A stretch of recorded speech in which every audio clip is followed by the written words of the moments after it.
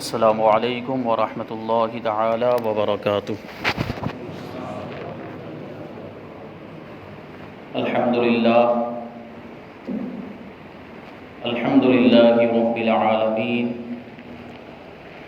والعاقبۃ للمتقین والصلاة والسلام علی سید الانبیاء والمرسلین وعلى آلہ واصحابہ اجمعین، اما بعد فاعوذ باللہ من الشیطان الرجیم، بسم اللہ الرحمن الرحیم۔ الا ان اولیاء اللہ لا خوف علیہم ولا هم يحزنون الذین آمنوا وكانوا يتقون۔ صدق اللہ مولانا العظیم وصدق رسولہ النبی الامین المتین الکریم، ونحن على ذلك لمن الشاکرین والشاکرین والذاکرین والحامدین والحمد للہ رب العالمین۔ آئیے ہم اور آپ سب سے پہلے حضور سرور کائنات، فخر موجودات، باعث تخلیق کائنات، احمد مجتبی محمد مصطفیٰ صلی اللہ علیہ وسلم کی بارگاہ بے کس پناہ میں جھوم جھوم کر درود و سلام کا نذرانہ عقیدت پیش کریں اور پڑھیں اللہم صلی علی سیدنا و مولانا محمد معدن الجود والکرم وآلہ الکرام وابنہ الکریم وبارک وسلم صلاۃ و سلام علیک یا رسول اللہ صلی اللہ تعالی علیہ وسلم۔ عزیزان ملت اسلامیہ، جیسا کہ آپ سب جانتے ہیں کہ ہم اور آپ یہاں پر اپنے محسن حضرت نور شاہ بابا رحمۃ اللہ تعالی علیہ کی بارگاہ میں خراج عقیدت پیش کرنے کے لیے حاضر آئے۔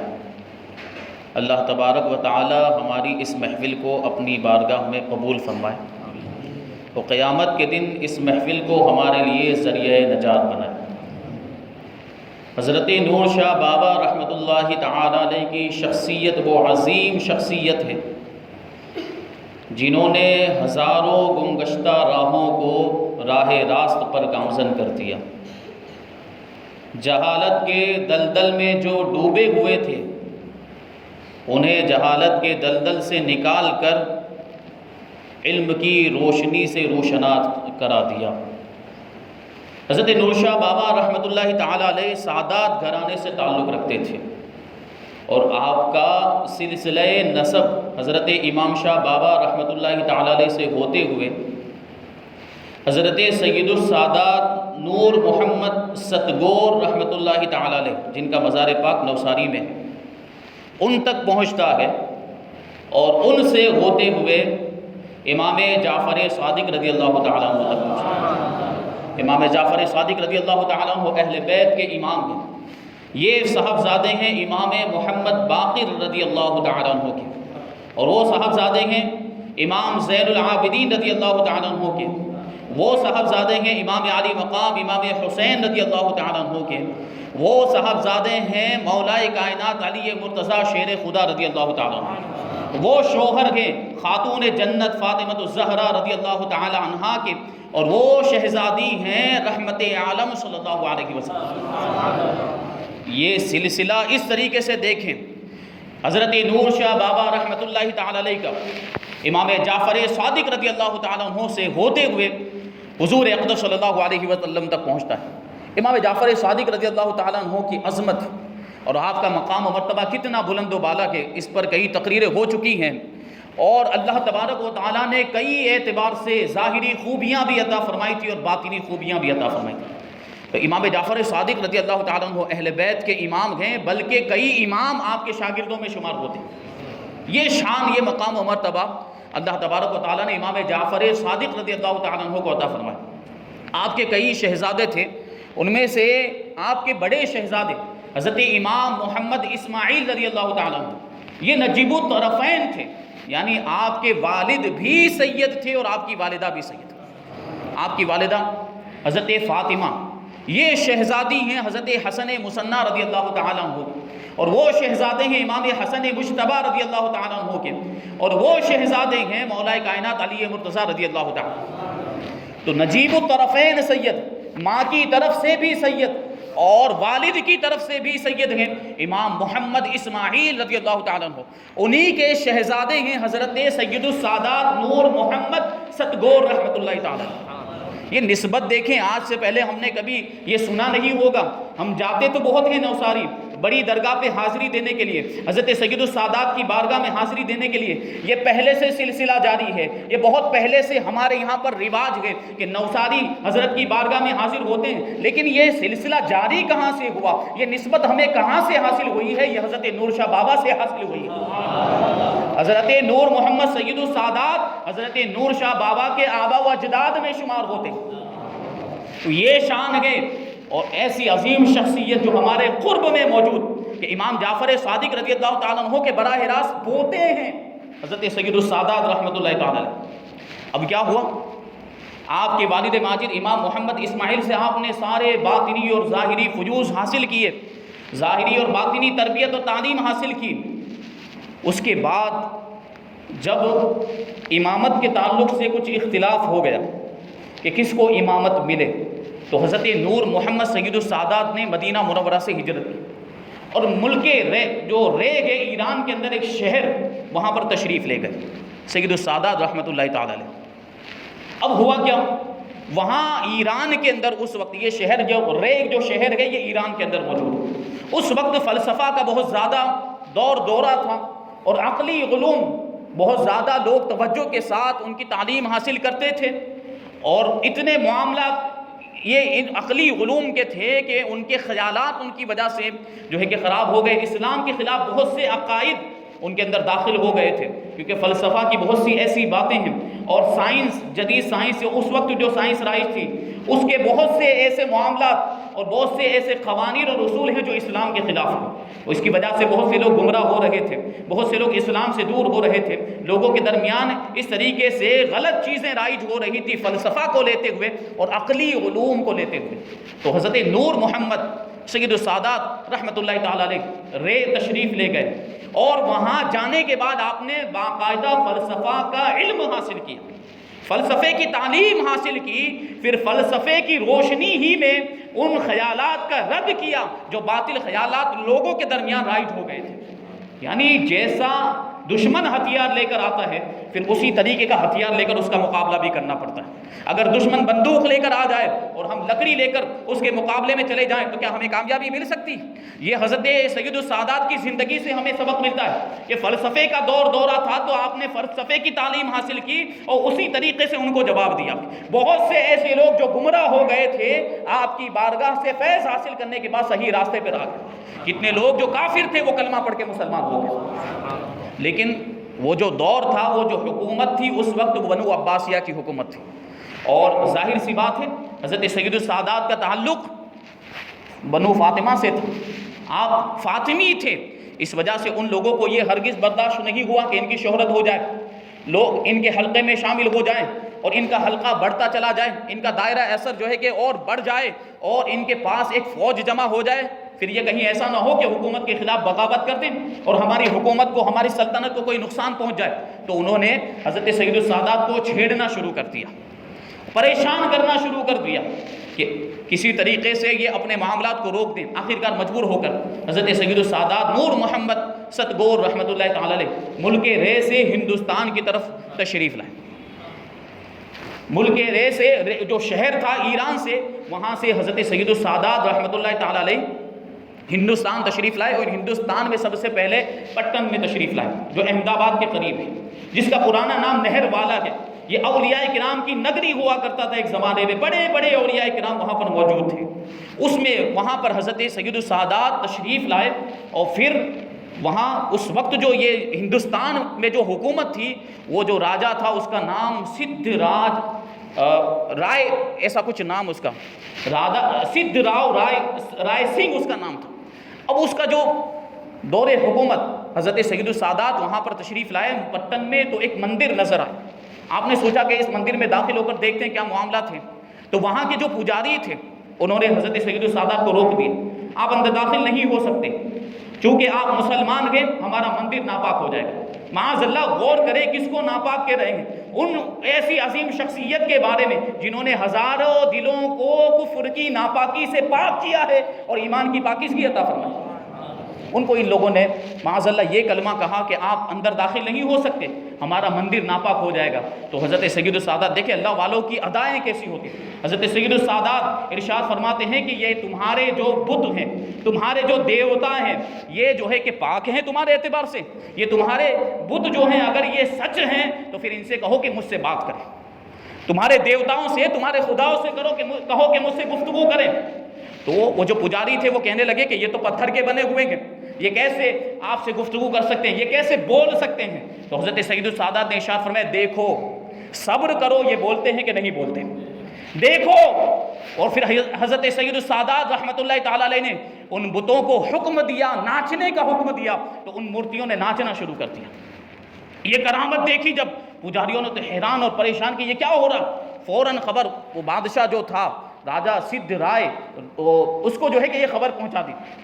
اب بادشاہ جو ہے کہ اپنے سارے ساتھیوں کو لے کر، اور ایک جو راج گرو تھا جس کا نام جانیپا تھا، بڑا جادوگر تھا، جادو کا بڑا ماہر، اس کو لے کر وہ مندر میں آیا۔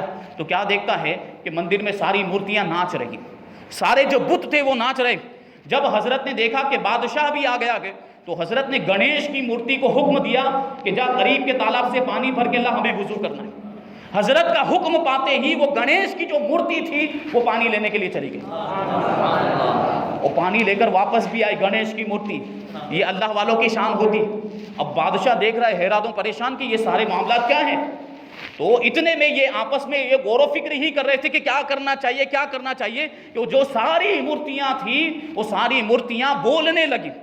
وہ ساری مورتیاں بول کر کہہ رہی ہیں کہ اے غفلت کی نیند میں سونے والوں لوگ، اے غفلت کی نیند میں سونے والوں جاگ جاؤ، اے خدا کی عبادت کی طرف آؤ کہ وہی ذات وحدہ لا شریک ہے، وہی عبادت کے لائق ہے، اس کے سوا کوئی عبادت کے لائق نہیں۔ یہ کون کہہ رہا ہے؟ وہ مورتیاں، وہ دیو اور دیوتا جن کی وہ پوجا کرتے تھے۔ یہ حضرت سید السادات کی کرامت۔ اب جو بادشاہ تھا وہ جانیپا جادوگر سے کہتا ہے کہ تم کچھ کرو، تم اپنا کچھ شعبدہ بازی دکھاؤ، اپنا کچھ جادو کا کرشمہ دکھاؤ اور ان کو قائل کرو، ان کو ہرانے کی کوشش کرو۔ اب وہ میدان میں آیا، اور میدان میں آنے کے بعد اس نے اپنا عصا، اپنی لاٹھی آسمان کی طرف اڑائی۔ اب اس کی جو لاٹھی تھی وہ آسمان میں اڑنے لگی۔ دیکھیں اولیاء کرام کی کرامتوں کے اندر ایک مماثلت بھی ہوتی ہے۔ غریب نواز کی ایسی کرامت سنی ہے کہ نہیں؟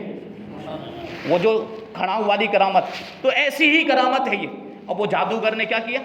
آسمان میں اس کا عصا، اس کی جو لاٹھی ہے وہ اڑ رہی ہے۔ اب وہ کہتا ہے حضرت سے کہ اگر آپ صاحب کرامت ہیں تو میری لاٹھی کو نیچے لا کر دکھائیں۔ تو حضرت نے اپنی زبان سے کچھ ارشاد نہیں فرمایا، اس لاٹھی کے لیے اپنی کھڑاؤں کو حکم دیا کہ جا اور اس کے عصا کو واپس لے کر آ۔ ان کی کھڑاؤں ہوا میں اڑتی ہے اور اس کی لاٹھی کو نیچے گرا کر اس جانیپا جادوگر کے سامنے گرا دیتی، نیچے لا کر اس جانیپا جادوگر کے سامنے گرا دیتی۔ اب وہ جانیپا جادوگر نے جب یہ دیکھا تو اب اس نے دوسرا کرتب دکھایا۔ اس نے اپنے ایک شاگرد کو بلایا اور ایک سانپ لے کر اپنے شاگرد سے کہا کہ اس کو نگل جا، اور پھر سانپ کو حکم دیا، سانپ سے کہنے لگا کہ جب تک ہم حکم نہ دیں تم باہر مت نکل۔ اب اس کے شاگرد نے وہ سانپ نگل لیا۔ اب وہ حضرت سے کہنے لگا سید السادات رحمۃ اللہ تعالی علیہ سے کہ اگر آپ بزرگ ہیں، اگر آپ اللہ کے ولی ہیں تو اس سانپ کو باہر نکال کے دکھائیں۔ حضرت سید السادات رحمۃ اللہ تعالی علیہ وہ جو جادوگر کا جو شاگرد تھا اس کے منہ کے قریب اپنا منہ مبارک لے کے گئے اور کچھ کلمات ارشاد فرمائے۔ ابھی کچھ الفاظ ارشاد فرمانے تھے کہ وہ جو سانپ جو نگل گیا تھا وہ فوراً باہر آ گیا۔ یہ شان۔ اب اس طرح کے بہت سے اس نے کرتب دکھائے، لیکن ساری شعبدہ بازی کو حضرت سید السادات نے فیل کر دیا۔ اب یہ لوگ حیران و پریشان، اور یہی معاملات چل رہے تھے، یہی گفتگو ہو رہی تھی، اب ان کے پاس کوئی جواب نہیں رہا۔ تو بادشاہ نے کیا کیا؟ بادشاہ نے سارے پنڈتوں کو بلا لیا، جو دھرم گرو تھے، جو مذہب کے جانکار تھے، ان سب کو بلا لیا، اور سب کو بلانے کے بعد کہنے لگا کہ تم ان کے ساتھ مناظرہ کرو، اسلام کے تعلق سے اور ہندو مذہب کے تعلق سے بحث و مباحثہ کرو تو وہ سب بحث و مباحثہ کرنے لگے، وہ سوالات کرتے تھے اور سید السادات ان کے جواب دیتے تھے، اور یہ سارے جو سوالات اور یہ جو سارے جوابات ہیں، یہ جو پوری تقریر حضرت سید السادات نے ارشاد فرمائی وہ آج بھی محفوظ ہے، جو یوگ وانی کے نام سے ان کے مریدوں کے درمیان ہو سکتا ہے غالباً کسی لائبریری کے اندر موجود ہو۔ وہ سید السادات رحمۃ اللہ تعالیٰ نے اسلام کی صداقت کے تعلق سے، اسلام کی حقانیت کے تعلق سے ایسے دلائل ارشاد فرمائے کہ وہاں جتنے بھی موجود تھے سب قائل ہو گئے، بادشاہ بھی کلمہ پڑھ کے مسلمان ہو گیا اور جتنے حاضرین تھے وہ بھی کلمہ پڑھ کے مسلمان ہو گئے۔ یہ شان ہے سید السادات رحمۃ اللہ تعالیٰ علیہ کی، یہ مقام و مرتبہ، بڑی درگاہ جہاں ہم حاضر ہوتے ہیں۔ یہ نسبتیں دیکھیں، نسبتوں کو یاد کریں۔ یہ پرانے زمانے سے ہمارے یہاں رواج ہے نوساری جانے کا۔ یہ رواج کیوں ہے؟ کیونکہ نسبت بھی ہے۔ یوں تو ہم سارے ولیوں کو مانتے ہیں، سارے اولیاء کرام کی بارگاہوں میں فیض حاصل کرنے کے لیے جاتے ہیں، لیکن خاص طور پر ہمارے یہاں کے لوگ جو سید السادات کی بارگاہ میں حاضر ہوتے ہیں تو اس نسبت سے حاضر ہوتے ہیں کہ آپ کا شمار حضرت نور شاہ بابا رحمۃ اللہ تعالیٰ علیہ کے آبا و اجداد میں ہوتا ہے۔ اب وہاں سے حضرت سید السادات نے ان کو نصیحت کی، اللہ کے اور رسول اللہ کے احکام پر عمل کرنے کی، اللہ اور رسول کی اطاعت کی تاکید کی، اور پھر وہاں سے روانہ ہوئے اور پھر دھارا نگری ایک جگہ ہے جو نوساری کے قریب اس وقت، اب تو نوساری میں شامل ہو، دھارا نگری میں تشریف لائے۔ اس وقت یہاں کا جو راجہ تھا اس کا نام سور چندر تھا، اس کی ایک لڑکی تھی راجکماری جس کا نام پالن دیوی تھا۔ اس کے تعلق سے جب سے وہ پیدا ہوئی تھی، جو جیوتشی ہوتے ہیں، جو نجومی آنے والے زمانے کی خبر دیتے ہیں، انہوں نے پہلے ہی سے پیشن گوئی کر دی تھی کہ یہ جو لڑکی ہے یہ بادشاہ کی نجات کا ذریعہ بنے گی، یہ جو لڑکی ہے پالن دیوی یہ بادشاہ کی نجات کا ذریعہ بنے گی۔ اب حضرت سید السادات رحمۃ اللہ تعالیٰ علیہ دھارا نگری میں تشریف لائے، اور ادھر جو ہے دوسری جانب یہ جو لڑکی تھی بادشاہ کی لڑکی راجکماری، یہ بالغ ہو چکی تھی، تو بادشاہ کو اس کی شادی کی فکر ہوئی، راجہ کو اس کی شادی کی فکر ہوئی، اور اس تعلق سے اس نے اپنی لڑکی سے بات بھی کی، لیکن اس کی لڑکی نے انکار کر دیا۔ میرا جو شوہر ہے، میرا جو ہونے والا شوہر ہے وہ عنقریب یہاں پر تشریف لانے والے ہیں۔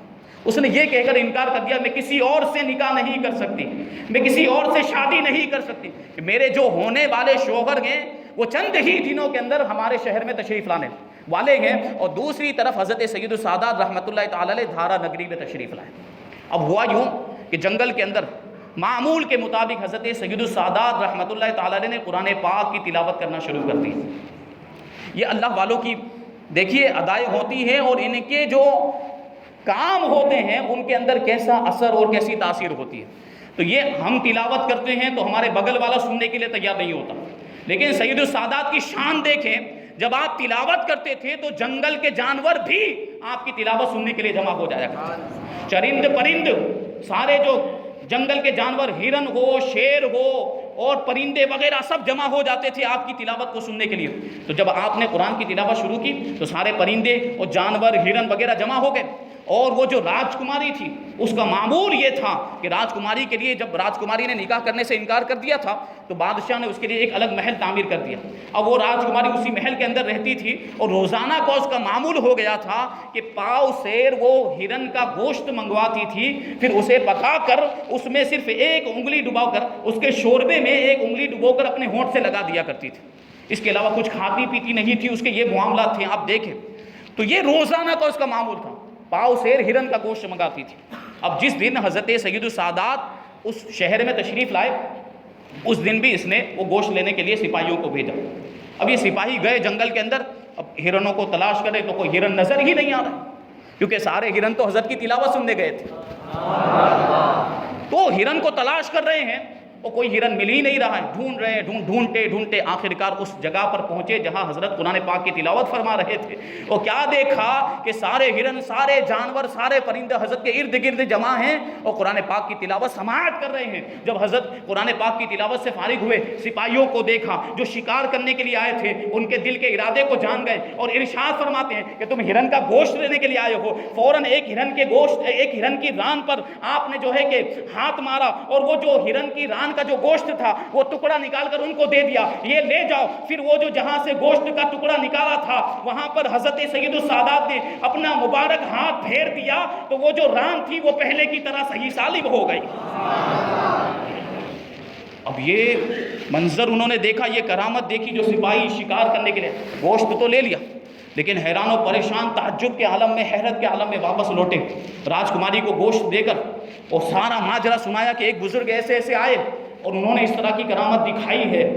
تو اس نے پھر معمول کے مطابق راجکماری نے، پالن دیوی نے وہ گوشت پکایا اور پھر اس کے شوربے میں انگلی ڈبو کر اپنے ہونٹوں سے لگایا تو اس کی دل کی دنیا تبدیل ہو گئی، دل کی دنیا تبدیل ہو گئی۔ اس نے اپنے آپ کو کرامتوں سے بھرا ہوا محسوس کیا اور اسے یقین ہو گیا کہ میرے وہ شوہر جو عنقریب تشریف لانے والے تھے وہ کوئی اور نہیں ہے بلکہ سید السادات ہیں۔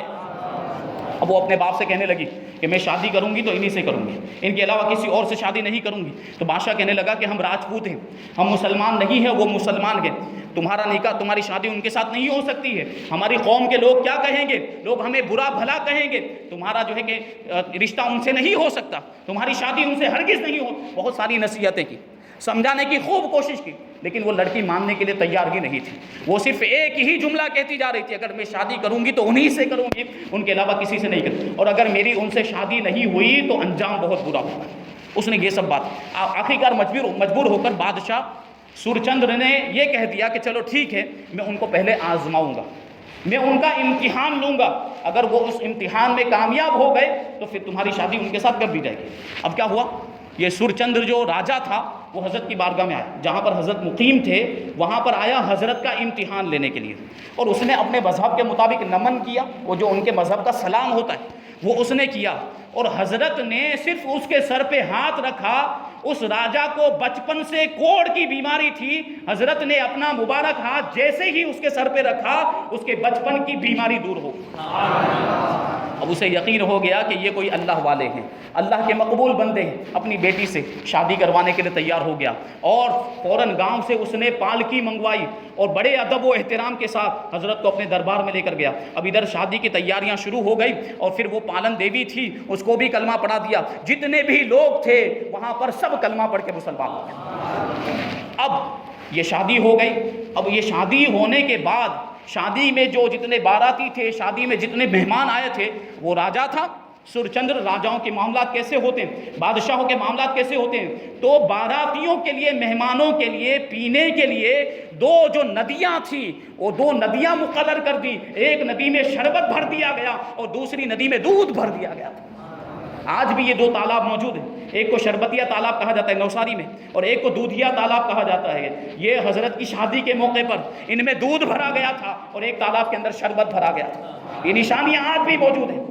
یہ سید السادات رحمۃ اللہ تعالی علیہ کا مقام و مرتبہ آپ دیکھتے ہوئے چلیں، ایسی شان، ایسی شوکت اللہ تبارک و تعالیٰ نے آپ کو عطا فرمائی، ایسی عظمت عطا فرمائی تھی، یہ شان۔ اب آپ کی شادی ہو گئی اور آپ نوساری میں رہنے لگے، رشد و ہدایت کا فریضہ انجام دینے لگے۔ ایک مرتبہ تفریح کرتے ہوئے آپ جا رہے تھے تو وہ جگہ جہاں پر آج آپ کا مزار پاک موجود ہے، بڑی درگاہ، تو وہاں سے آپ کا گزر ہوا تو وہ جگہ آپ کو بہت پسند آئی، اور آپ نے ارادہ کر لیا کہ اس جگہ پر میری آخری قیام گاہ ہوگی، یہیں پر میں رہوں گا، قیام پذیر رہوں گا اور پوری زندگی یہیں پر گزار دوں گا اور یہیں پر مجھے دفن کیا جائے۔ لیکن جب آپ وہاں پر گئے تو وہاں ایک بہت بڑا مہاراج رہتا تھا جو یوگ شاستر کا بہت ماہر تھا، وہ اپنے مذہب کا بھی بہت ماہر تھا۔ تو حضرت سید السادات اس کے قریب گئے اور جا کے کہنے لگے کہ یہ زمین مجھے دے دو، یہ زمین مجھے بہت پسند آ گئی، اب میں یہیں پر رہوں گا ہمیشہ کے لیے، اور اللہ تبارک و تعالیٰ کا حکم بھی یہی ہے کہ میں یہاں پر رہوں۔ تو اب وہ جو مہاراج تھا، جو پنڈت تھا، وہ کہنے لگا کہ میں کیسے مان لوں کہ اللہ کا تمہیں حکم ہوا ہے، یہ زمین تمہیں کیسے دے دوں؟ تو حضرت نے کہا کہ ٹھیک ہے، چلو تم ماننے کے لیے تیار نہیں تو ایک سمجھوتا کرتے ہیں، ہم دونوں مل کر پانی کے اندر 3 دن کے لیے ڈبکی لگاتے ہیں، اور 3 دن کے بعد جو زندہ نکل آئے گا زمین اس کی ہے، جو زندہ نکل آئے گا زمین اس کی ہے۔ وہ سادھو راضی ہو گیا، وہ سادھو جو مہاراج تھا یوگ شاستر کا بڑا ماہر، وہ راضی ہو گیا، پانی میں ڈبکی 3 دن کے لیے 72 گھنٹے کے لیے پانی میں ڈبکی لگانے کے لیے تیار ہو گیا. اب کیا ہوا؟ حضرت نے بھی پانی میں ڈبکی لگائی اور اس سادھو نے بھی پانی میں ڈبکی لگائی. 7 گھنٹے تک اس کے سنگ کی آواز آتی رہی. 7 گھنٹے کے بعد وہ آواز آنا بند ہو گئی. لیکن دوسری جانب سے حضرت کی جو اذان کی آواز تھی وہ پورے 72 گھنٹے تک برابر آتی ہی رہی. جب 3 دن مکمل ہو گئے، 72 گھنٹے مکمل ہو گئے، تو سادھو کی لاش نکلی ہے پانی سے اور حضرت صحیح سلامت زندہ برآمد ہوئے ہیں پانی سے. اور جو مقرر ہوا تھا، جو قرارداد ہوئی تھی کہ جو زندہ نکلے گا زمین اس کی، تو اس کے مطابق وہ زمین حضرت کو مل گئی. جس زمین پر آج حضرت کا مزار پاک موجود، پھر وہیں پر پوری زندگی حضرت نے گزاری، وہیں پر رہے، وہیں پر آپ کا مزار بنا. اور آپ کی وفات کا واقعہ بھی بڑا دلچسپ ہے، دلچسپی سے خالی نہیں. کیا ہوا کہ وہیں رہتے تھے. ایک مرتبہ عرب جانے کا ارادہ فرمایا، غالباً حج کرنے کے لیے. ملک عرب مکہ اور مدینہ منورہ تشریف لے گئے اور یہاں جو ہے کہ وصیت کر کے گئے.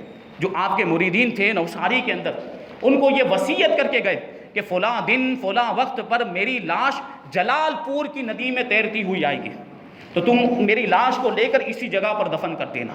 یہ حضرت نے وصیت. اب آپ سوچیں کہ مریدوں نے کس طریقے سے دل پر پتھر رکھ کر حضرت کو ودا کیا ہوگا، کیونکہ حضرت بتا کر جا رہے تھے کہ میں اب زندہ واپس نہیں آؤں گا. ظاہری طور پر اب میری وفات ہو جائے گی، اب میری لاش ہی واپس آئے گی. حضرت تشریف لے گئے اور بالکل ویسا ہی ہوا جیسا آپ نے فرمایا تھا. جو دن آپ نے بتایا تھا، جو وقت آپ نے بتایا تھا، بالکل اس کے مطابق آپ کی لاش جلال پور کی ندی میں جو نوساری کے قریب ہے وہاں پر تیرتی ہوئی آئی. جب مریدوں نے دیکھا تو بڑے ادب و احترام کے ساتھ ندی سے آپ کی لاش مبارک کو نکالا اور پھر وہاں پر لے گئے جہاں پر آج آپ کا مزار مبارک ہے اور وہیں پر آپ کو دفن کیا ہے. یہ شان ہوتی ہے اللہ والوں کی. آپ کے پاس ایک مینا بھی رہا کرتی تھی، ایک طوطا بھی تھا. اور اب جب حج کرنے کے لیے ملک عرب کے لیے تشریف لے گئے تھے تو اس طوطا اور مینا کو نوساری ہی میں چھوڑ کر تشریف لے گئے تھے. لیکن جب آپ کی لاش مبارک جب واپس آئی تو طوطا اور مینا نے جب یہ دیکھا تو وہ صدمہ برداشت نہیں کر سکے اور ان دونوں کا بھی انتقال ہو گیا. اس طوطا اور مینا کا مزار بھی آج حضرت کے احاطے کے اندر موجود ہے. یہ شان، یہ مقام و مرتبہ. آپ کا جو وصال ہوا ہے وہ 487 ہجری میں ہوا. تقریباً 950 سال ہو گئے. اتنے پرانے بزرگ ہیں. ایسی عظیم شخصیت حضرت امام جعفر صادق رضی اللہ تعالیٰ عنہ کے پوتے ہیں. ایسی عظیم اللہ تبارک و تعالیٰ نے شان عطا فرمائی، ایسا مقام و مرتبہ عطا فرمایا. یہ ہمارے نور شاہ بابا رحمۃ اللہ تعالیٰ علیہ کے آبا و اجداد میں ایسی ایسی عظیم شخصیتیں. تو ابھی جو ہے کہ تفصیل کے ساتھ اور باتیں بیان کی جائے تو وقت نہیں ہے. دیکھیں مختصر کرتے ہوئے پھر یہ آپ جو ہے آئے اور گجرات کے اندر آپ نے اسلام کی روشنی کو پھیلا. اس کے بعد آپ دیکھیں تو آپ کی اولاد میں حضرت کبیر الدین حسن، حضرت سید حسن کبیر الدین رضی اللہ تعالیٰ عنہ، جو امام شاہ بابا رحمۃ اللہ تعالیٰ علیہ کے والد ماجد، یہ اچ میں رہتے تھے، ملتان کے قریب جو ایک جگہ ہے ملتان کے اطراف میں، اور ملتان کو مدینۃ الاولیاء کہا جاتا ہے. آپ غور کریں جتنے بھی بڑے بڑے اولیاء کرام ہیں جو ملک فارس سے، ملک ایران سے اور ادھر سے جتنے بھی بڑے بڑے اولیاء کرام تشریف لائے تو وہ ملتان کے راستے ہی سے ہوتے ہوئے تشریف لائے. اور کتنے لوگ ایسے ہیں اولیاء کرام جنہوں نے وہاں پر قیام فرمایا.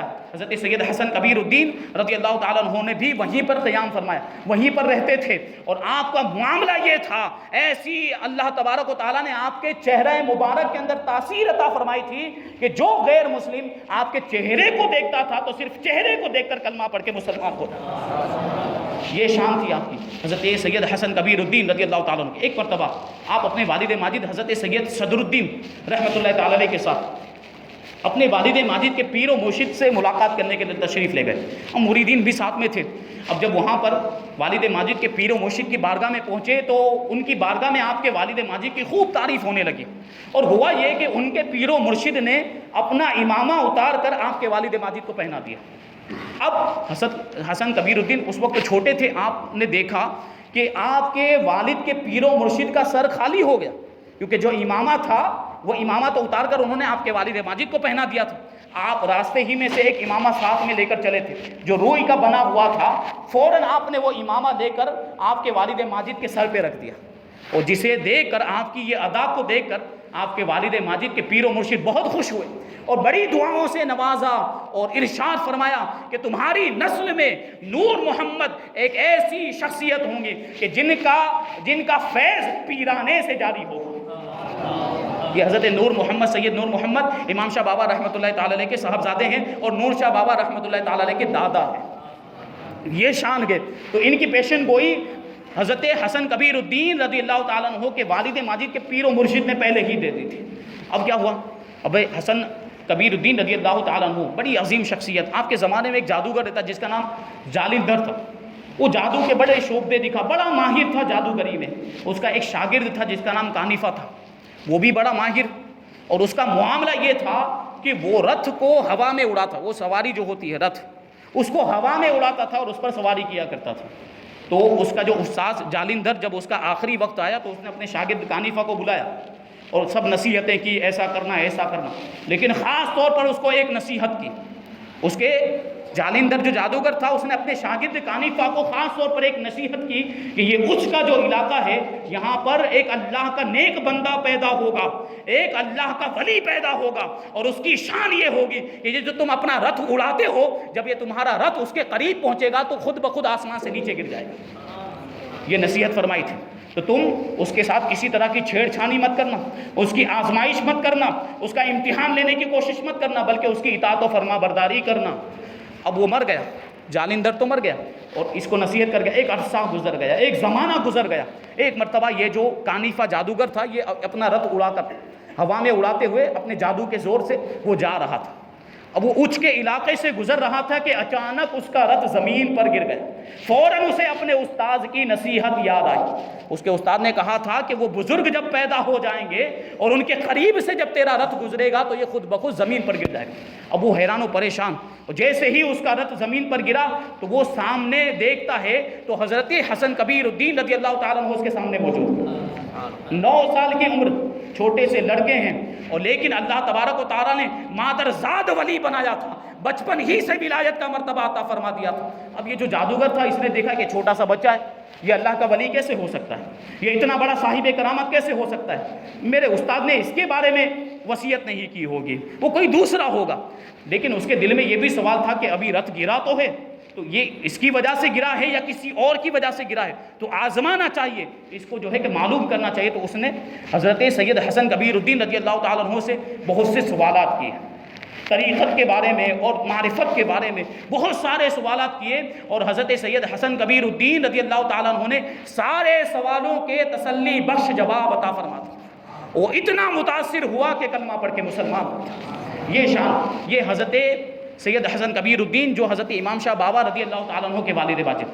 اب حضرت امام شاہ بابا رضی اللہ تعالیٰ عنہ، یہ حضرت سید حسن کبیر الدین رضی اللہ تعالیٰ عنہ کے بہت سے شہزادے تھے، لیکن ان میں 2 شہزادوں کو سب سے زیادہ شہرت حاصل ہوئی. ایک حضرت لال شہباز قلندر رضی اللہ تعالیٰ عنہ جن کا مزار پاک پاکستان میں موجود، اور دوسرے ہمارے امام شاہ بابا رحمۃ اللہ تعالیٰ علیہ جو نور شاہ بابا کے پردادا ہیں، نور شاہ بابا کے پردادا ہیں. حضرت امام شاہ بابا رضی اللہ تعالیٰ عنہ کے صاحبزادے حضرت پیر سید نور محمد رضی اللہ تعالیٰ عنہ، اور ان کے صاحبزادے ہیں حضرت سید مصطفیٰ رحمۃ اللہ تعالیٰ علیہ، اور ان کے صاحبزادے ہیں حضرت نور شاہ بابا رضی اللہ تعالیٰ عنہ. اب حضرت امام شاہ بابا رضی اللہ تعالیٰ عنہ کی ولادت 27 ربیع الاخر ہجری 856 میں اچ کے علاقے میں ملتان کے قریب وہیں پر ہوئی. آپ کا جو پیدائشی نام تھا وہ عبد الرحیم تھا، لیکن لوگ آپ کو امام کے نام سے یاد کرتے تھے. امام کا مطلب ہوتا ہے مقتدا اور پیشوا، اسی وجہ سے آپ کا نام ہی مشہور ہو گیا، امام شاہ اور امام الدین. اس کے بعد سے آپ کو لوگ امام شاہ کے لقب سے پکارنے لگے، امام الدین کے لقب سے پکارنے لگے. بڑی شان اور بڑا مقام و مرتبہ. جو سادات ہیں جو امام شاہ بابا کے خاندان سے ہیں، وہ انہی کی طرف نسبت کرتے ہوئے اپنے آپ کو امام شاہی سادات کہتے ہیں. اور نور شاہی سادات بھی ہیں جو حضرت نور شاہ بابا رضی اللہ تعالیٰ عنہ کے خاندان سے تعلق رکھتے ہیں، وہ اپنے آپ کو نور شاہی سادات کہتے ہیں. اور ہم فقیر ہیں، ہم نور شاہ بابا کے دامن سے وابستہ ہیں، اس لیے ہم اپنے آپ کو نور شاہی مومن کہا کرتے ہیں. تو امام شاہ بابا رضی اللہ تعالیٰ عنہ جب 12 سال کے ہوئے تو آپ کے والد ماجد سید حسن کبیر الدین رضی اللہ تعالیٰ عنہ آپ کو ساری ظاہری باطنی تعلیم و تربیت دینے کے بعد آپ کو گجرات کی طرف روانہ کیا. ارشاد فرمایا کہ گجرات چلے جاؤ اور وہاں دین کی تبلیغ و اشاعت کا فریضہ انجام دو. وہاں کفر کا اندھیرا پھیلا ہوا ہے، وہاں جانے کے بعد کفر کی تاریکیوں کو دور کر کر اسلام کی روشنی کو پھیلا. اب حضرت امام شاہ بابا رضی اللہ تعالیٰ عنہ گجرات کی طرف روانہ ہو گئے. راستے میں ابھی تھوڑا ہی سفر طے کیا ہوگا کہ کشف باطن سے کرامت کے ذریعے آپ کو معلوم ہو گیا کہ آپ کے والد ماجد کا انتقال ہو گیا. اب آپ واپس آئے, واپس آنے لگے. اب جب واپس آپ اچ کے علاقے میں پہنچے تو کیا دیکھا کہ آپ کے والد ماجد کا جنازہ جا رہا ہے. تو جنازے کو راستے میں ہی روک دیا اور والد ماجد سے کہنے لگے کہ مجھے آپ نعمتیں عطا فرمائیں, جو نعمتیں آپ کو بزرگوں سے ملی ہے وہ نعمتیں مجھے ابھی عطا فرمائیں. ظاہری طور پر انتقال ہو چکا ہے, اس کے باوجود عقیدہ دیکھیں کہ اللہ کے ولی ظاہری طور پر دنیا سے تشریف لے جاتے ہیں لیکن وہ ہمیشہ کی زندگی حاصل کر لیا کرتے ہیں. تو وہاں جو ان کے بھائی موجود تھے اور دیگر جو مریدین موجود تھے وہ کہنے لگے کہ یہ کیسا مطالبہ ہے, ابھی جنازہ لے کر جا رہے ہیں اور تم نعمتوں کا مطالبہ کر رہے ہو. تو حضرت نے جواب دیا کہ مجھے ایسا ہی حکم ملا ہے, مجھے ایسا ہی حکم ملا ہے اور میں اس حکم کی تعمیل کر رہا ہوں. آپ نعمتوں کا مطالبہ کرتے رہے, آپ ادھر الفاظ دہراتے جا رہے تھے کہ ادھر حضرت سید حسن کبیر الدین رضی اللہ تعالیٰ عنہ کے جنازے سے آپ کا دست مبارک باہر نکلا اور ساری نعمتیں عطا فرمائی. اور ساری نعمتیں عطا فرمانے کے بعد ارشاد فرماتے ہیں کہ باقی کی نعمتیں تمہیں امام جعفر صادق رضی اللہ تعالیٰ عنہ کے مزار سے حاصل ہوں گی. اب 40 دن تک اس کے بعد آپ اچ کے اندر رہے, پھر وہاں سے سفر کر کے کرمان تشریف لے گئے. وہاں 2 بزرگوں کے ساتھ آپ کی ملاقات ہوئی. وہاں سے پھر آپ مدینہ منورہ تشریف لے گئے. مدینہ منورہ نبی پاک صلی اللہ علیہ وسلم کے روضہ اقدس پر حاضری دی. پھر وہاں سے امام جعفر صادق رضی اللہ تعالیٰ عنہ کے روضے پر آپ کے مزار پر حاضری دی. اور جب وہاں سے واپس ہونے لگے خود بیان کرتے ہیں کہ میں نے اپنے آپ کو فیوز و برکات سے مالا مال پایا. میرے والد ماجد نے جو ارشاد فرمایا تھا کہ باقی کا جو فیض ہے وہ تمہیں امام جعفر صادق کے مزار سے ملے گا. تو جب میں نے حاضری دی ہے تو یقیناً آپ کے مزار سے میں نے محسوس کیا کہ میں کرامتوں سے بھر گیا ہوں اور سارے فیوز و برکات مجھے آپ کے مزار پاک سے حاصل ہو گئے. یہ شان. پھر اس کے بعد آپ واپس اچ تشریف لے گئے, اپنی والدہ ماجدہ کی بارگاہ میں ایک عرصے سے رہے. لیکن چونکہ آپ کے والد ماجد نے آپ کو وصیت فرمائی تھی گجرات کی طرف جانے کے لیے, تو آپ اپنے خادم حاضر بیگ کو لے کر گجرات کی طرف روانہ ہو گئے. حاضر بیگ آپ کے خادم تھے, ان کو لے کر گجرات کی طرف روانہ ہو گئے. سفر کرتے ہوئے تشریف لائے اور سب سے پہلے ایک گاؤں ہے آٹونا نام کا, وہاں پہ آپ تشریف لائے. حضرت امام شاہ بابا رضی اللہ تعالیٰ عنہ آٹونا نام کے گاؤں میں تشریف لائے. چونکہ گجرات میں پہلے ہی حضرت سید السادہ تشریف لا چکے تھے, اسلام کی روشنی پھیل چکی تھی, یہاں پر مسلمان ایک اچھی تعداد میں موجود تھے. تو آٹونا گاؤں میں آپ نے دیکھا کہ ایک مسجد ہے, مسلمان اس میں نماز پڑھنے کے لیے جا رہے ہیں. تو آپ بھی اس مسجد میں تشریف لے گئے اور وہاں جا کر مقیم ہو گئے. جب نماز کا وقت ہوا تو مسلمان نماز پڑھنے کے لیے آنے لگے, اور جو نمازی آئے انہوں نے دیکھا کہ یہ مسلمان ہے لیکن نماز نہیں پڑھ رہے. تو کچھ نمازیوں نے سوال کیا کہ آپ مسلمان ہیں نماز کیوں نہیں پڑھتے. اعتراض کیا. دیکھو بزرگوں پر اعتراض کرنا بھی کیسا وبال بن جاتا ہے کبھی کبھی, لیکن بزرگ بھی پھر ایسے امام شاہ بابا رضی اللہ تعالیٰ عنہ جیسے بزرگ, ان لوگوں نے اعتراض کیا کہ آپ مسلمان ہیں اور نماز نہیں پڑھتے. حضرت جلال میں آ گئے, ارشاد فرمائے اب ہماری جگہ پر مسجد کے مینار نماز پڑھیں گے. کرامت یاد آئی صابر پاک رضی اللہ تعالیٰ عنہ کی. یہ اولیاء کرام کی کرامتوں میں مماثلت ہوتی ہے. تو انہوں نے ارشاد فرمایا کہ اب ہماری جگہ پر یہ جو مسجد کے مینار ہیں یہ نماز پڑھیں گے. اور پھر یہ کہنے کے بعد آپ نماز پڑھنے کے لیے کھڑے ہو گئے. جیسے ہی سجدے میں گئے وہ مسجد کے مینار بھی سجدے میں چلے گئے. یہ کرامت دیکھنے کے بعد وہ مسجد میں جتنے بھی نمازی تھے سب باہر آ گئے اور پورے علاقے میں یہ کرامت مشہور ہو گئی. یہاں تک کہ احمد آباد تک اس کی خبر پہنچی. احمد آباد میں اس وقت بادشاہ سلطان محمود بیگڑا تھا, اس کو بھی یہ خبر ملی کہ ایک بزرگ آئے ہیں آٹونا گاؤں کے اندر اور انہوں نے اس طرح کی کرامت جو ہے ظاہر کی. تو اب اس نے کیا کیا, خط لکھا سلطان محمود بیگڑا نے اور حضرت کو دربار میں بلایا. اب حضرت سلطان محمود بیگڑا کے دربار میں تشریف لے گئے. اس نے پوچھا کہ آپ کہاں سے آئے, آپ کون ہیں. تو حضرت امام شاہ بابا رضی اللہ تعالیٰ عنہ نے اپنا پورا نسب بیان کیا کہ میں سید حسن کبیر الدین کا بیٹا ہوں. امام جعفر صادق رضی اللہ تعالیٰ عنہ میرے دادا ہیں, آبا و اجداد میں ان کا شمار. یہ اپنی فضیلتیں بیان کی. اب اس نے دیکھا کہ یہ تو بہت بڑے بزرگ ہیں, بڑا ادب کیا, بڑا احترام کیا, بڑی عزت دی, آپ کے لیے دعوت کا بھی انتظام کیا. لیکن ساتھ ہی ساتھ اس نے امتحان لینے کا بھی ارادہ کیا. اب دعوت کا انتظام کیا تو کیا کیا اس نے, جب کھانا تیار ہوا تو اس کھانے کے اندر بلی کا گوشت بھی شامل کر دیا. بلی کا گوشت کھانا جائز ہے نہیں, بلی کا گوشت کھانا جائز نہیں ہے۔ اب سلطان محمود بیگڑا نے باورچی کو حکم دیا کہ اس کھانے کے اندر خفیہ طور پر تم بلی کا گوشت بھی شامل کرو۔ اب امام شاہ بابا رضی اللہ تعالیٰ عنہ دسترخوان پر تشریف لائے، آپ کے سامنے وہ کھانا لا کر رکھ دیا، اس میں وہ کھانا بھی موجود تھا جس کے اندر بلی کا گوشت شامل کر دیا گیا تھا۔ اب دیکھیں اللہ والوں کی نگاہیں کیسی ہیں، وہ گوشت کٹا ہوا ہے، جب گوشت کٹا ہوا ہو تو کیا ہم معلوم کر سکتے ہیں کہ کون سے جانور کا گوشت ہے؟ لیکن امام شاہ بابا رضی اللہ تعالیٰ عنہ نے جان لیا کہ یہ بلی کا گوشت ہے۔ اپنا عصا، اپنی لاٹھی اس گوشت کو مارتے ہوئے ارشاد فرماتے ہیں، اٹھ رے میاؤ کیوں مڑی پڑی ہوئی ہے، اٹھ رے میاؤ کیوں مری پڑی ہوئی ہے۔ اتنا ارشاد فرمانا تھا کہ دشت کے اندر جو بلی کا گوشت پڑا ہوا تھا اس میں جان آ گئی، وہ زندہ بلی بن گئی اور وہ دشت سے نکل کر بھاگ گئی۔ یہ شان، یہ مقام و مرتبہ۔ اب جو وہاں پر موجود تھے سب گھبرا گئے۔ اب محمود بگڑا، اب محمود بگڑا، سب کہنے لگے کہ اب محمود بگڑا، اس سے پہلے اس کا لقب بیگڑا نہیں تھا۔ آپ غور کریں یہ بیگڑا کا لقب اسے کہاں سے ملا ہے؟ تو اب لوگ کہنے لگے اب محمود بگڑا، اس نے اللہ کے ولی سے پنگا لے لیا گیا، اب اس کی خیریت نہیں ہے۔ اب وہ خود بھی گھبرا گیا اور سلطان محمود بیگڑا وہ امام شاہ بابا رضی اللہ تعالیٰ عنہ کی بارگاہ میں حاضر ہوا، معافی مانگ رہے، حضرت معاف کر دیں، حضرت معاف کر دیں، یہ لوگ کہہ رہے ہیں کہ محمود بگڑا، محمود بگڑا۔ تو حضرت نے ارشاد فرمایا محمود بگڑا نہیں بلکہ محمود بیگڑا۔ سبحان اللہ، سمجھاؤں گا۔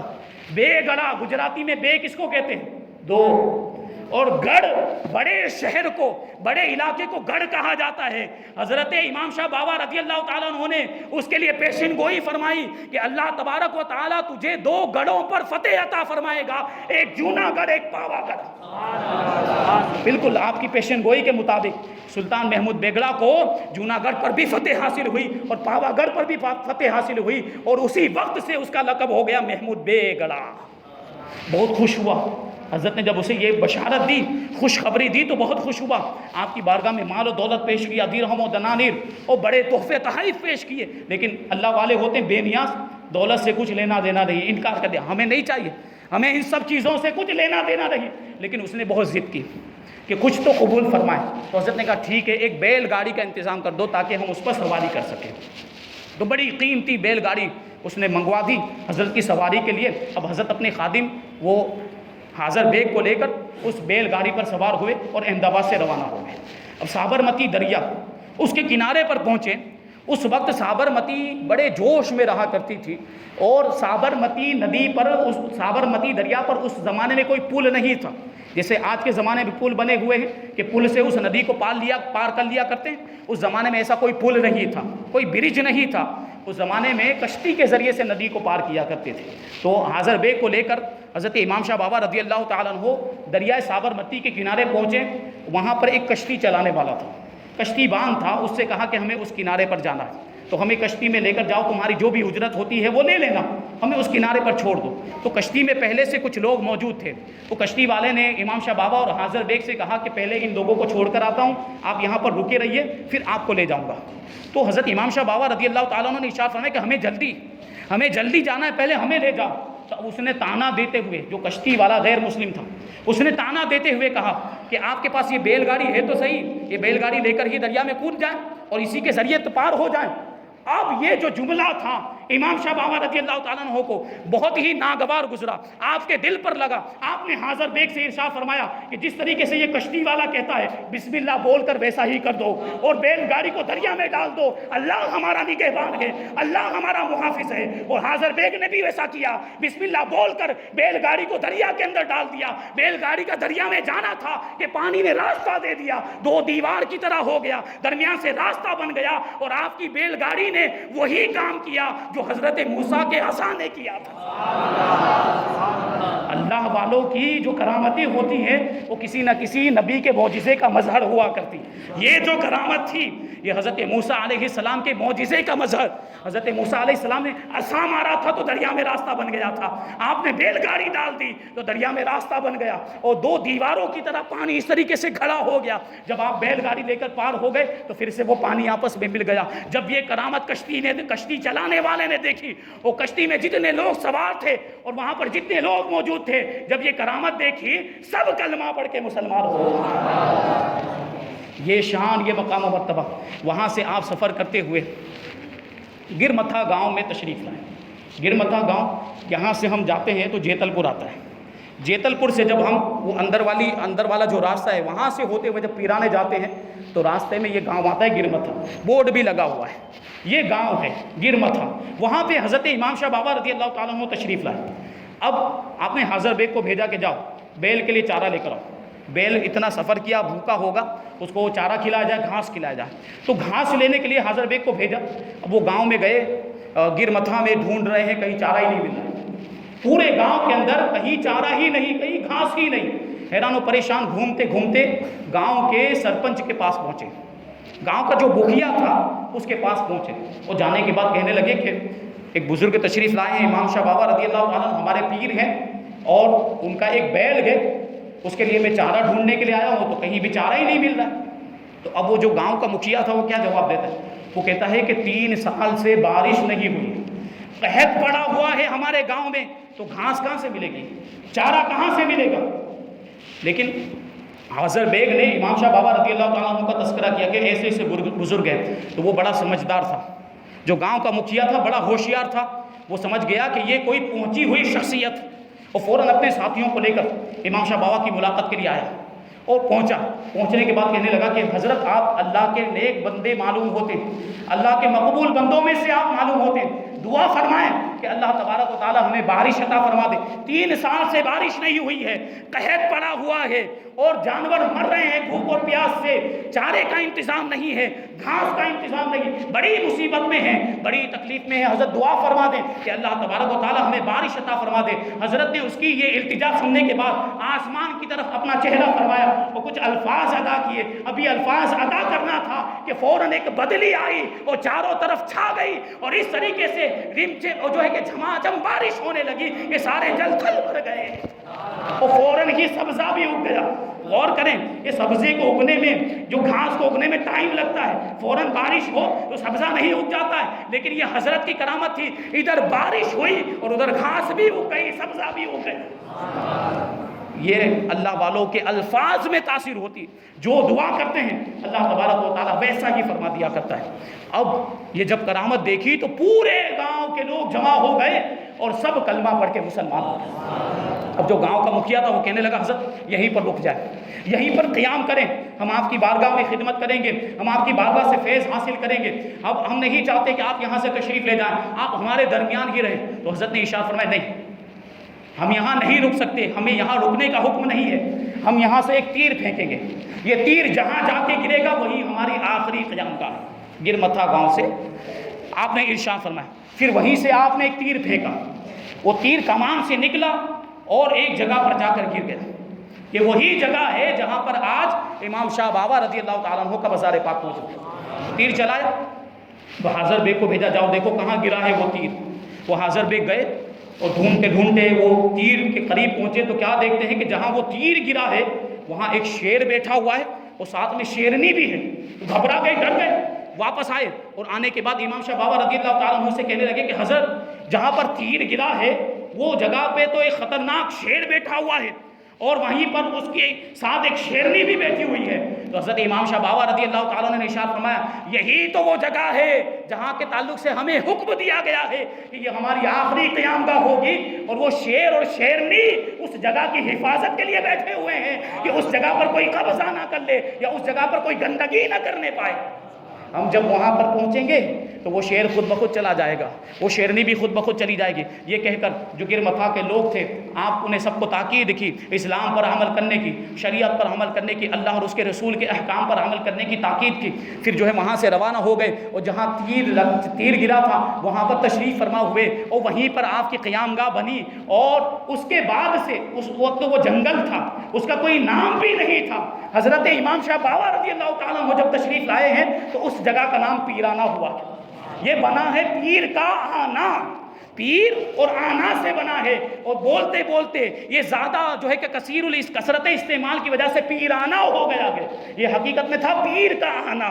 یہ شان ہے امام شاہ بابا رضی اللہ تعالیٰ عنہ۔ پھر وہیں پر تشریف فرما ہوئے، یہ دیکھیں کتنی باتیں بیان کی جائے تو امام شاہ بابا رضی اللہ تعالیٰ عنہ کو اللہ تبارک و تعالیٰ نے وہ مقام و مرتبہ عطا فرمایا۔ آپ کے صاحبزادے حضرت سید نور محمد رضی اللہ تعالیٰ عنہ، انہوں نے سارے فیوز باطنی اور ظاہری حضرت امام شاہ بابا رضی اللہ تعالیٰ عنہ سے حاصل کیے۔ ان کے شہزادے حضرت سید مصطفیٰ رضی اللہ تعالیٰ عنہ اور ان کے شہزادے ہیں حضرت نور شاہ بابا رضی اللہ تعالیٰ عنہ، جو ہمارے محسن ہیں، جنہوں نے ہمیں کلمہ پڑھایا اور ایمان جیسی عظیم دولت ہمیں عطا فرمائی۔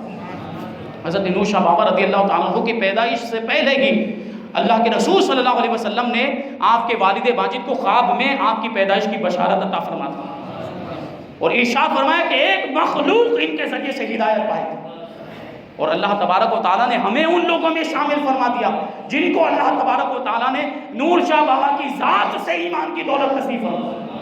یہ مقام و مرتبہ، یہ شان، یہ شوکت، یہ عظمت اللہ تبارک و تعالیٰ نے حضرت نور شاہ بابا رضی اللہ تعالیٰ عنہ کو عطا فرمائی۔ پوری زندگی اسلام کے لیے وقف کر دی تھی اور ان کی یہی خواہش تھی کہ جو بھی ان کے دامن سے وابستہ ہو جائے وہ اسلام کا پابند ہو جائے، اسلام پر عامل ہو جائے۔ اور ان کے بارے میں کتابوں میں ملتا ہے کہ اس زمانے میں جو ان کے مریدین تھے، جنہوں نے اپنے آپ کو نور شاہی مومن جماعت سے منسوب کیا، اس زمانے میں بھی بڑے بڑے مالدار ہوا کرتے تھے۔ یہ تو بعد میں نحوستیں آئی ہو، یقین جانیے یہ ہمارے گناہوں کی نحوستیں، بڑے بڑے مالدار تھے اس زمانے میں بھی۔ وہ کتابوں میں لکھا ہے کہ نماز اور روزے کے پابند ہوا کرتے تھے۔ نور شاہی مومن جماعت سے تعلق رکھنے والے جو حضرت کے زمانے میں تھے یا حضرت کے بعد ہوئے ہیں یا آج سے 100 سال پہلے ہوئے ہیں، ان کا معاملہ یہ تھا کہ اللہ نے ان کو دنیا کی دولت بھی عطا فرمائی تھی اور دین کی دولت بھی عطا فرمائی۔ مالدار بھی تھے لیکن نماز کے پابند بھی تھے، روزے کے پابند بھی تھے۔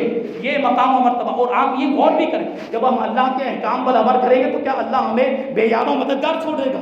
وہ کافروں کو بھی عطا فرماتا ہے، وہ ایسے لوگوں کو بھی عطا فرماتا ہے جو خدا کے وجود کے منکر ہیں، خدا کو مانتے ہی نہیں ہیں، ان کو روزی عطا فرماتا ہے، ان کو مال و دولت عطا فرماتا ہے۔ تو ہم تو ایمان والے ہیں، ہم تو اس کے ماننے والے ہیں، وہ ہمیں کیوں نہیں عطا فرمائے؟ تو اس زمانے میں جو مومن جماعت سے تعلق رکھنے والے ہوتے تھے بڑے مالدار ہوتے، لیکن ساتھ ہی ساتھ نماز و روزے کے پابند بھی ہوتے تھے۔ آج بھی ہیں کچھ لوگ، اللہ تعالیٰ نے ان کو عطا فرمایا ہے۔ اور یہ آپ کو غور کرنا ہے، یہ گناہوں کی نحوست ہوتی ہے، یہ جو آفتیں آتی ہیں، یہ جو بلائیں آتی ہیں، یہ جو مصیبتیں، یہ بیماریاں آ رہی، یہ ہمارے گناہوں کی وجہ سے، یہ ہمارا وقار جو چلا گیا، ہماری عزت جو ختم ہو گئی، جو دبدبا جو ہمارا ہونا چاہیے جو ختم ہو گیا، یہ کس وجہ سے ہوا؟ یہ ہمارے گناہوں کی وجہ سے۔ اللہ والوں کی زندگیوں کو ہم سنتے ہیں، اولیاء کرام کے حالات ہم سنتے ہیں۔ آپ نے دیکھا، آپ نے حسن کبیر الدین رضی اللہ تعالیٰ عنہ کے حالات سنے، آپ نے امام شاہ بابا رضی اللہ تعالیٰ عنہ کے حالات سنے۔ مال و دولت سے کچھ لینا نہیں تھا، صرف ان کی زندگی کا یہی مقصد تھا کہ خود بھی اسلام پر عمل کریں اور لوگوں کو بھی اسلام کی طرف راغب کر دیں۔ انہوں نے ہزاروں لاکھوں لوگوں کو کفر اور شرک کی تاریکیوں سے نکال کر اسلام کی روشنی عطا فرما۔ ان کا مقصد ہی یہ تھا کہ لوگ اسلام سے وابستہ ہو جائیں۔ یہ شان، یہ مقام و مرتبہ اللہ والوں کا ہوتا ہے۔ تو ہم اگر سچے معنوں میں اگر اللہ کے ولیوں سے محبت کرتے ہیں، اگر ہم یقیناً نور شاہ بابا سے محبت کرتے ہیں تو ہمیں ان کے مشن کو آگے بڑھانا ہے۔ یہ آپ نے دیکھا کہ اس زمانے میں جو نور شاہی مومن جماعت سے تعلق رکھنے والے لوگ ہوتے تھے وہ پابند صوم و صلات ہوا کرتے تھے۔ تو ہمیں بھی یہ چیز اپنے اندر پیدا کرنی چاہیے۔ اگر ہم نور شاہ بابا رضی اللہ تعالیٰ عنہ کو خوش کرنا چاہتے ہیں تو ہمیں چاہیے کہ ہم نمازوں کی پابندی کریں، ہم روزے کی پابندی کریں، ہم گناہوں سے بچیں، جتنا ہو سکے نیکیوں کے کام کریں، تو نور شاہ بابا ہم سے راضی ہو جائیں گے۔ اور یقین جانیے کہ جب نور شاہ بابا راضی ہو جائیں گے تو رسول اللہ بھی راضی ہو جائیں گے، اور جب رسول اللہ راضی ہو جائیں گے تو اللہ بھی راضی ہو جائے گا، اور جب اللہ راضی ہو جائے گا تو جنت ہمارا مقدر ہے۔ اللہ تبارک و تعالیٰ ہمیں آپ کو، ہم سب کو جو کچھ بھی بیان ہوا اس پر عمل کرنے کی توفیق عطا فرمائے، نیکیاں کرنے اور گناہوں سے بچنے کی توفیق عطا فرمائے، اولیاء کرام سے محبت کرنے اور اپنی نسلوں میں اولیاء کرام کی محبت منتقل کرنے کی توفیق عطا فرمائے، عقائد اہل سنت پر قائم و دائم رکھے اور اسی پر ہمارا خاتمہ فرمائے۔ وما علینا الا البلاغ۔ السلام علیکم۔